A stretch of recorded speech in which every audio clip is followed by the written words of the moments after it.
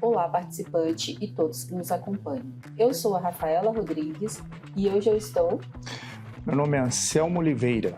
Inicialmente, gostaria de desejar um feliz 2025 para todos os nossos participantes.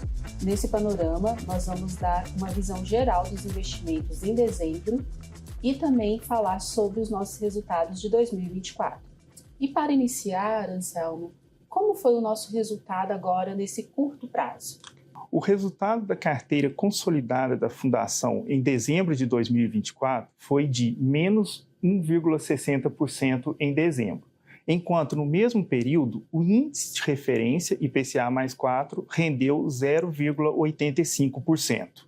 E acompanhando esse cenário desafiador de curto prazo, a carteira consolidada da Fundação em 2024 registrou um resultado de 2,91%, frente ao nosso índice de referência que registrou o resultado de 9,02% no mesmo período. Mas, Anselmo, a gente sempre traz aqui o que impactou, né, a nossa carteira. Como foi assim, esse período? Rafaela, assim como em dezembro, o ano de 2024 foi impactado pela baixa rentabilidade dos títulos públicos federais, principalmente aqueles atrelados à inflação. Esses títulos eles tiveram um desempenho negativo no ano. Além disso, o Ibovespa também teve um desempenho bastante abaixo do esperado, rendendo negativamente em 2024. Isso foi decorrente do cenário externo de elevada volatilidade e também das preocupações com o cenário fiscal brasileiro, que acabaram aumentando a volatilidade no mercado, né, afetando a rentabilidade dos investimentos da Funpresp e dos nossos resultados. Em contraponto, Anselmo, nós tivemos uma boa rentabilidade dos ativos atrelados ao dólar, em especial os títulos públicos americanos e o ouro, né, que nós temos o destaque que ele rendeu durante 2024 acima de 60%. E esse bom resultado desses ativos, eles nos auxiliaram a diminuir o impacto dos títulos públicos brasileiros no resultado final da nossa carteira consolidada. Mas agora vamos falar um pouquinho de como foi, né, esse cenário da nossa carteira no longo prazo. A rentabilidade acumulada desde o início da fundação é de 207,02%. Esse resultado nos coloca com um desempenho melhor do que diversos indicadores de mercado, como o IMAG, que é um indicador que representa os títulos públicos brasileiros, o CDI, o Ibovespa e a poupança. Além disso, nos deixa perto do índice de referência da Fundação, IPCA+4, nesse período. Agora que falamos da rentabilidade da Fundação, é importante também tratarmos um pouco do cenário econômico no Brasil e no mundo. Rafaela, você poderia falar um pouco para participantes sobre o cenário econômico brasileiro em 2024? Então, o cenário econômico brasileiro ele tem apresentado uma resiliência bastante importante. No entanto, que no início de 2024 nós tínhamos uma estimativa, né, uma expectativa do mercado, e ao longo do ano e os registros da atividade, do PIB, eles vieram superando essas expectativas iniciais, principalmente impulsionados pelo investimento, o consumo das famílias e também pelo setor da indústria e dos serviços. E também um ponto que é importante, né, a gente destacar é sobre o mercado de trabalho que está bastante aquecido. No entanto, que a gente tem uma taxa de desocupação bastante baixa, que está aí no patamar de 6,1%, e esse é o menor registro desde janeiro de 2012, quando começou-se a aferir, né, esse índice. Mas, Anselmo, um outro ponto que é bastante importante também para a gente, e a gente acompanha e a gente faz projeção, é sobre a inflação, né? Como foi a inflação assim, nesse período? Rafaela, com relação ao IPCA, o índice de preços ficou acima do que era projetado no início do ano. Fechou 2024 em 4,83%, acima também da meta estabelecida pelo Conselho Monetário Nacional. Diante disso, o Banco Central enviou uma carta ao ministro da Fazenda justificando porque a meta não foi cumprida. O teto superior da meta não foi cumprido. Nesta carta foi destacado 4 pontos. São eles: o crescimento da atividade econômica, a depreciação cambial, os impactos climáticos que afetam sobretudo os alimentos e a desancoragem das expectativas de inflação. É importante destacar que essa aceleração do IPCA ela é decorrente dos preços de serviços e da atividade econômica resiliente. Também impactou o índice o aumento dos preços de alimentos, sobretudo em razão da aceleração da carne, que subiu mais de 20% no ano, explicado, sobretudo, pela questão climática e também pelo aumento da demanda do produto brasileiro.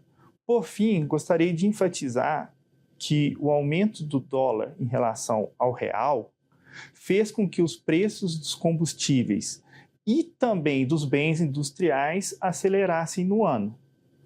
Depois que falamos da inflação no Brasil em 2024, é importante trazer para os nossos participantes, Rafaela, um pouco do cenário de taxa de juros no Brasil. Você poderia falar um pouco para nós, por favor?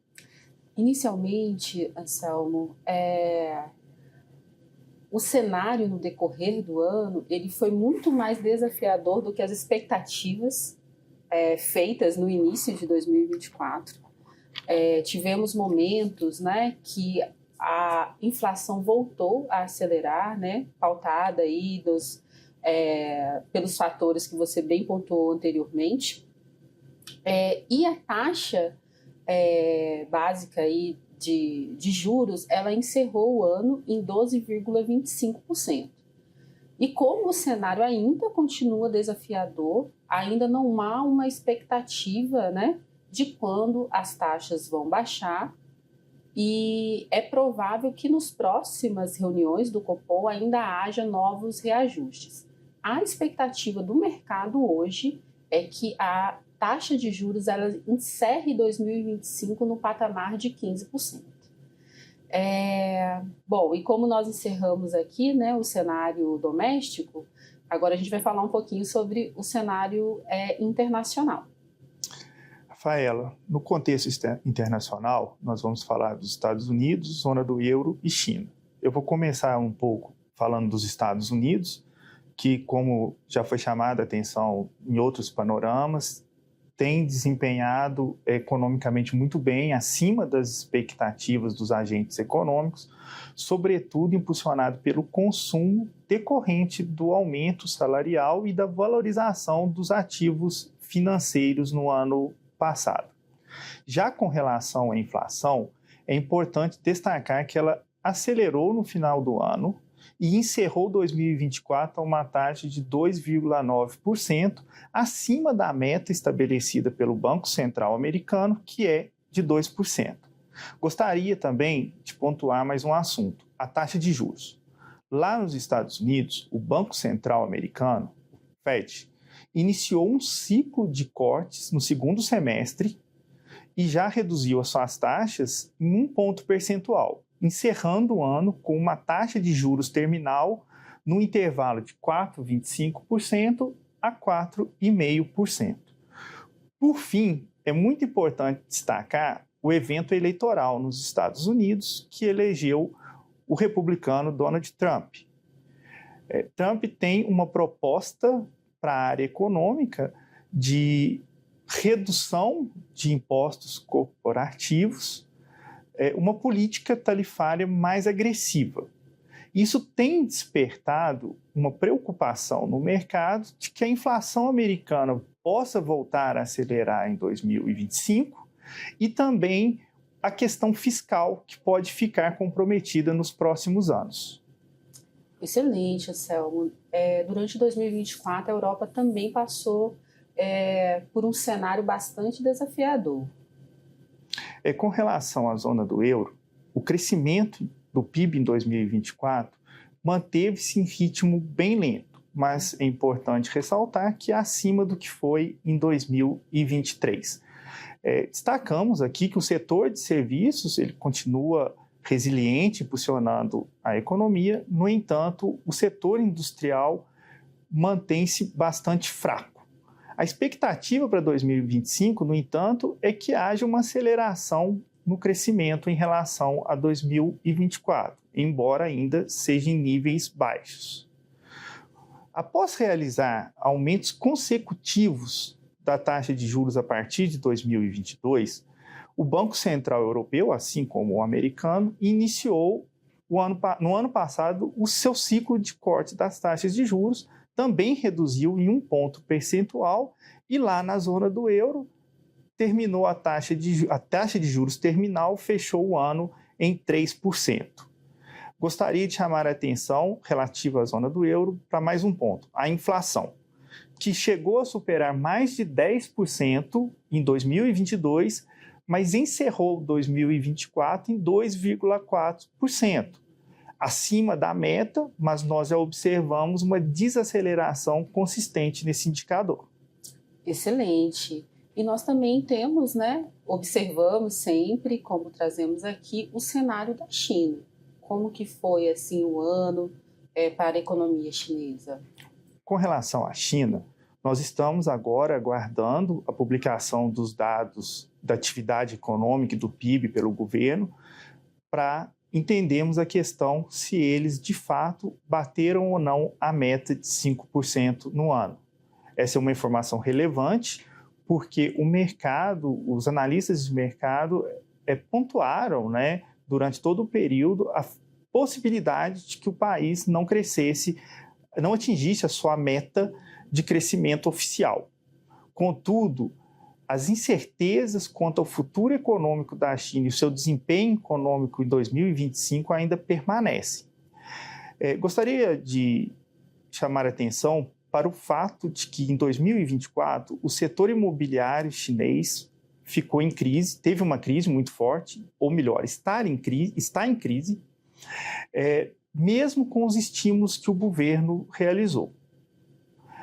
Por outro lado, de ponto positivo, a economia chinesa tem se destacado no aspecto de produção tecnológica, com veículos elétricos e produtos de informática.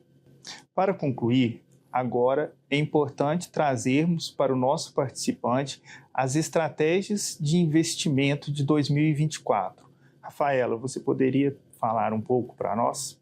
Claro, Anselmo. É importante a gente enfatizar, no decorrer dos meses, dos episódios do Panorama, a gente sempre destacou o ponto que durante esse ano nós aproveitamos a oportunidade para adquirir títulos públicos indexados à inflação.